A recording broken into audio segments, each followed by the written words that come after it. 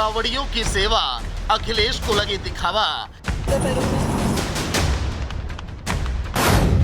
सेवा का संदेश, क्यों सियासी कलेश। कावड़ यात्रियों के पैर दबाने वाली यूपी की महिला पुलिस अधिकारी पर अखिलेश यादव ने सियासी कमेंट कर दिया और जिससे अब बवाल मचा हुआ है। पुलिस ऑफिसर का ये सनातनी सेवा भाव अखिलेश को पसंद नहीं आया। अखिलेश ने खुलकर तो कुछ नहीं कहा, लेकिन इशारों में कावड़ियों की सेवा पर तंज जरूर कस दिया। सेवा का भाव अच्छा है अगर उसके पीछे का भाव अच्छा है।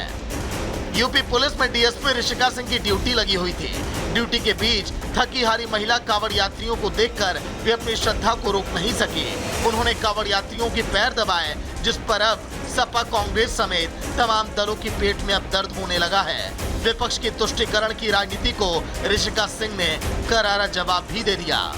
हम पुलिस हैं, हमारा ड्यूटी भी रहती है और हमारे भी भगवान में श्रद्धा बहुत है और मैं भी चाहती हूँ कि जैसे लोगों की श्रद्धा है और उनको तकलीफ हो रही है, उनको दर्द है, वो इतना दूर से ट्रैवल करके आ रहे हैं और अपने गंतव्य तक पहुँचने में उन्हें अभी और भी दिन है, तो हम थोड़ा सा जितना भी हम एक लिटिल हेल्प कर सकते हैं उनकी यात्रा को सकुशल बनाने में, वो मैं ट्राई कर रही हूँ। बीजेपी आरोप लगा रही है राम भक्तों पर गोली चलवाने वाली, सनातन पर सवाल उठाने वाली, मुस्लिम तुष्टीकरण करने वाली समाजवादी पार्टी कभी भी सेवा भाव नहीं समझ सकती। हमारे पूर्व मुख्यमंत्री वो तो सेवा भाव छांगुर को बचाने के लिए कर रहे हैं। एक भी बयान आया क्या छांगुर पे? उन पे नहीं आएगा। इसलिए शर्म ऐसे व्यक्ति को करना चाहिए जो अपराध के साथ खड़ा है, अपराधी के साथ खड़ा है। जो सेवा भाव के साथ खड़ा है वो तो हमारा अभिमान है, वो तो हमारा सम्मान है, वो तो हमारा स्वाभिमान है। अखिलेश यादव जी को आज यह सलाह देता हूं कि अखिलेश यादव जी को राजनीतिक रूप से ही नहीं बल्कि सार्वजनिक तौर पर अपने रास्ते अलग करने चाहिए और किसी भी मतांतर मजहब में जाकर अपना धर्म परिवर्तन करवा लेना चाहिए। सेवा भाव तो निस्वार्थ मन से आता है। भाव देखकर सेवा शायद समाजवादी पार्टी करती है, तभी तो एक खास वोट बैंक के लिए ऐसे पोस्ट किए जाते हैं। Bureau report, Republic Bharat.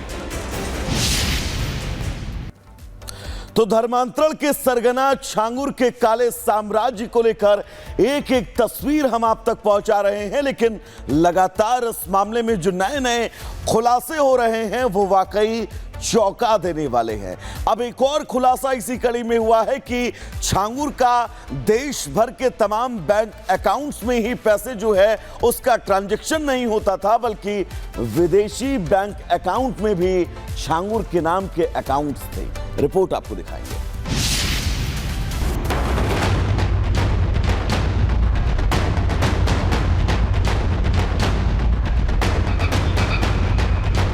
करोड़ों का खेल और अवैध धर्मांतरण।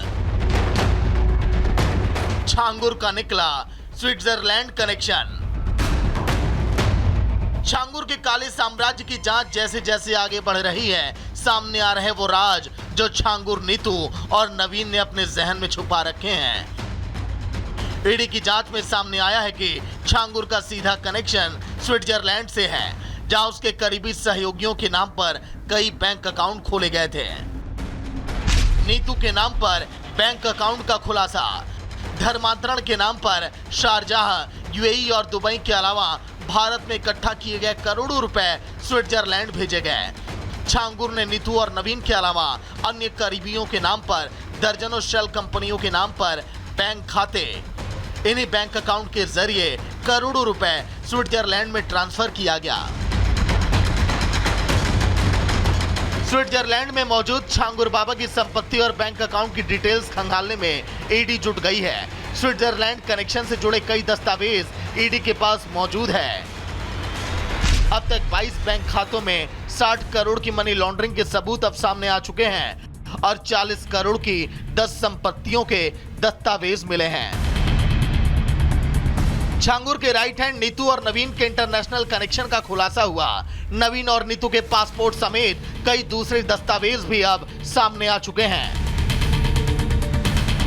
दोनों ने अपने धर्म बदलकर अपनी मुस्लिम पहचान बना ली थी, लेकिन विदेश दौरे के लिए जरूरी दस्तावेजों और पासपोर्ट पर उन्होंने अपना हिंदू नाम ही बरकरार रखा था, जिससे इनके दौरों पर किसी भी विदेश की एजेंसियों की नजर ना पड़े।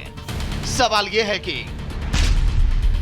पासपोर्ट पर नाम फर्जी असली।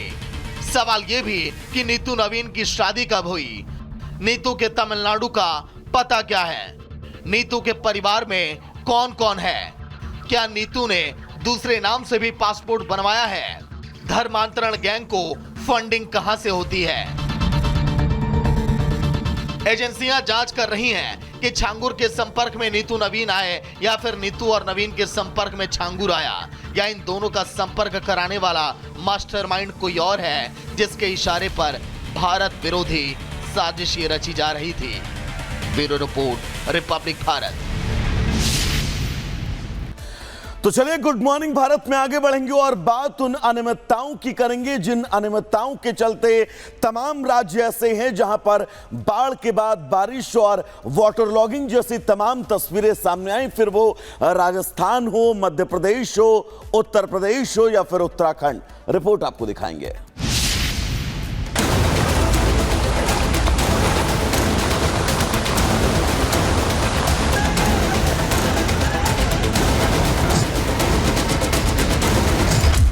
ये तस्वीरें रोजाना दिखाना जरूरी हो गया है क्योंकि टैक्स देने के बाद भी आम आदमी रोजाना सड़क पर जूझ रहा है, घंटों ट्रैफिक जाम में फंस रहा है, घर से समय पर निकलने के बाद भी टाइम पर ऑफिस नहीं पहुंच पा रहा। जल भराव के कारण कहीं गाड़ी खराब होने की समस्या से दो चार होना पड़ रहा है, तो कहीं पानी बरसने से सड़क धंसकर भ्रष्टाचारियों के घोटाले के किस्से सुना रही है। राजस्थान से लेकर मध्य प्रदेश, यूपी से लेकर बिहार तक बारिश में सिस्टम का सच सामने आ रहा है। पानी में बहते इस शख्स को देखकर जरा भी ये भूल मत कर लीजिएगा ये नदी के बहाव में बहता जा रहा है, बल्कि ये तस्वीरें राजस्थान में अजमेर दरगाह के पास की हैं, जहां ये शख्स आया तो अजमेर शरीफ दरगाह पर चादर चढ़ाने था, लेकिन पानी के तेज बहाव में ऐसा पैर फिसला कि बहता ही चला गया। किसी चीज को पकड़कर कहीं रुक जाने की इसने बहुत कोशिशें की, लेकिन पानी का बहाव इतना तेज था कि बहते बहते किसी चीज को पकड़ पाना इसके लिए टेढ़ी खीर साबित हुआ। आसपास दुकानें नजर आ रही हैं और वहां खड़े लोग उसे बहता देख रहे हैं। कुछ लोगों ने उसे बचाने की कोशिश भी की, लेकिन वो भी इसमें असफल साबित हुए। आखिर एक शख्स ने किसी तरह उसका हाथ पकड़ा और उसे ऊपर खींचा।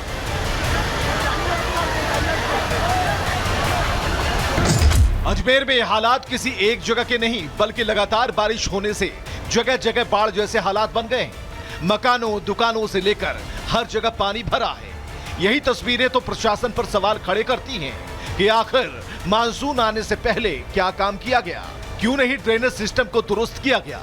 सिस्टम ने जनता के पैसों को अपनी जेब में भर लिया, लेकिन जब बारी काम की आई तो अपने घरों की कुंडी बंद करके अंदर बैठ गए इनके अधिकारी। और अब आम जनता हमेशा की तरह इस बार भी परेशान है। घरों से लेकर दुकानों तक भरे पानी से दो चार हो रही है।